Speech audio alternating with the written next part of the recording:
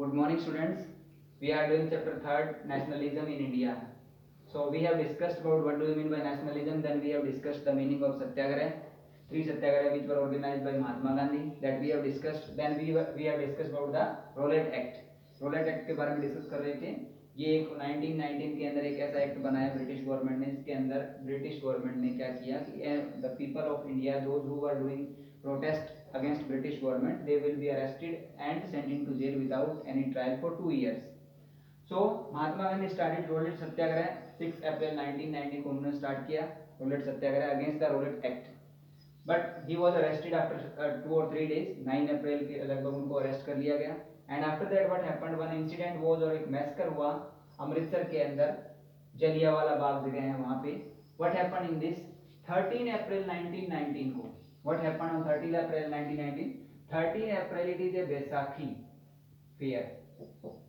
13 अप्रैल क्या होता है? एक फेस्टिवल होता है पंजाब के अंदर, बैसाखी. हार्वेस्टिंग सीजन का ये स्टार्टिंग में होता है बैसाखी. तो इट वाज ए फेयर, एक मेला लगा हुआ था अमृतसर के अंदर, जलियांवाला बाग के अंदर. And some people were doing protest also in that area.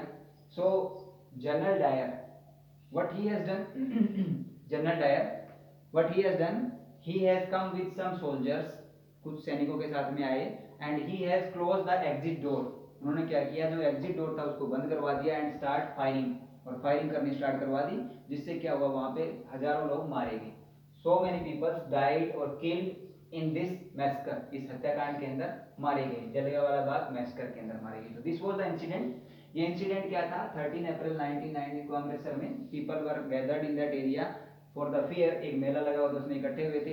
And general Dyer, he has entered in the fair और in Jallianwala Bagh and close the exit door and start firing, and due to this so many people died और killed. So that was the Jallianwala Bagh massacre. वो एक जलियांवाला बाग का massacre हत्याकांड था.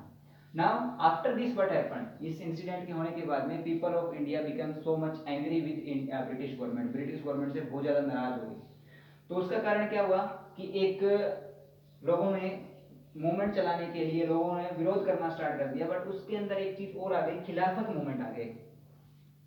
We have discussed about First World War also, impact of First World War. Last video में हमने discuss किया था कि फर्स्ट वर्ल्ड वॉर का इंडिया पे क्या इफेक्ट पड़ा था. तो उसके अंदर क्या हुआ था, फर्स्ट वर्ल्ड वॉर के अंदर एक कंट्री था टर्की. टर्की कंट्री है. उस टर्की कंट्री ने क्या किया था, they were against the British government in the world war. वो फर्स्ट वर्ल्ड वॉर में टर्की का जो कंट्री था वो ब्रिटिश गवर्नमेंट के खिलाफ लड़ रहा था. तो जैसे ही वर्ल्ड वॉर खत्म हुआ तो जो टर्की कंट्री था उसका जो लीडर था, जो उसका टर्की कंट्री का जो मेन लीडर था, जिसको वहां पे क्या बोला जाता था, खलीफा. उसको वो क्या बोलते थे, खलीफा. टर्की के सुल्तान को वो नाम दिया हुआ था, टाइटल दिया हुआ था खलीफा. तो उसकी उन्होंने क्या की, इंसल्ट की और उसको बेइज्जत किया. वहां पे जो एक एग्रीमेंट हुआ, ट्रीटी हुआ ब्रिटेन और टर्की के बीच में. And the Muslims considered him as their spiritual leader. और जो मुस्लिम होते हैं वो क्या करते हैं, जो खलीफा होता है उसको अपना एक धार्मिक गुरु मानते हैं. स्पिरिचुअल लीडर का मतलब क्या है कि धार्मिक नेता मानते हैं, धार्मिक गुरु मानते हैं खलीफा को.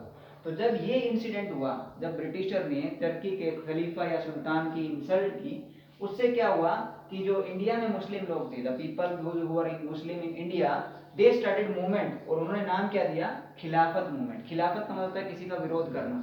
And who started this movement? This movement was started by Mohammad Ali and Shaukat Ali. These were the two brothers. ये दोनों क्या थे, भाई थे. इन दोनों भाइयों ने मिलकर ये खिलाफत मूवमेंट स्टार्ट किया ब्रिटिश गवर्नमेंट के खिलाफ. किस लिए?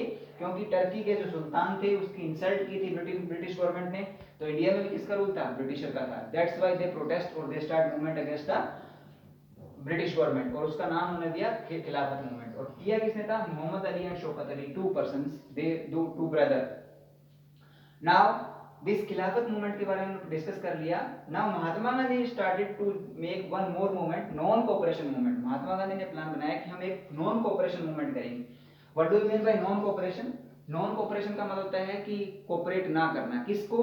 गवर्नमेंट को. We will not cooperate the government. This was decided by Mahatma Gandhi. Mahatma Gandhi ने डिसाइड किया है कि हम ब्रिटिश गवर्नमेंट की मदद नहीं करेंगे, उसकी कोई भी कोऑपरेशन नहीं करेंगे.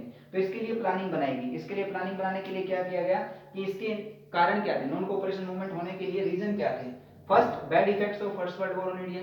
पहला तो ये था कि जो वर्ल्ड वॉर फर्स्ट हुआ था उसका वो इंडिया के ऊपर बहुत बुरा प्रभाव पड़ा था। जैसे हमने पिछली वीडियो में पढ़ा था कि प्राइसेस राइज हो गए, डबल हो गए थे, टैक्सेस इंक्रीज कर दिए थे ब्रिटिश गवर्नमेंट ने, फोर्स रिक्रूटमेंट हो रही थी, तो people were angry from the British government due to this first world war. Rowlatt act, ये we have discussed. Rowlatt act तो एक काला कानून था, एक ब्लैक लॉ था, जिसके खिलाफ ब्रिटिश के खिलाफ पूरे देश के अंदर विरोध हो रहा था, प्रोटेस्ट किया जा रहा था, विरोध किया जा रहा था। Jallianwala Bagh massacre also you know very well, Jallianwala Bagh था वो भी एक इंसिडेंट ऐसा था जिसके कारण लोग क्या थे, ब्रिटिश गवर्नमेंट के खिलाफ थे। द कांग्रेस सेशन, ये सेशन याद रखने, you have to remember these sessions. Congress का एक सेशन हुआ था, सेशन का मतलब एक सत्र यानी एक मीटिंग हुई थी।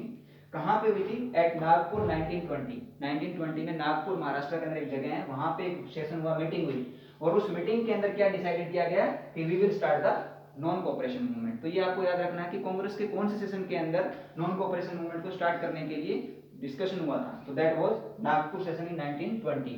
तो ये इंसिडेंट हुए, इन इंसिडेंट के डिसाइड होने के बाद में नॉन कोऑपरेशन मूवमेंट किस प्रकार स्टार्ट किया महात्मा गांधी ने, that we will discuss in the next video. Okay, so today we have discussed about the Jallianwala Bagh massacre, then we have discussed the Khilafat movement, and then we have discussed the about the launching of non cooperation movement। यानी non cooperation movement चलाने के लिए महात्मा गांधी ने किन किन चीजों को use किया, that thing we have discussed today। So in next video we will discuss about the non cooperation movement। Thank you, have a nice day।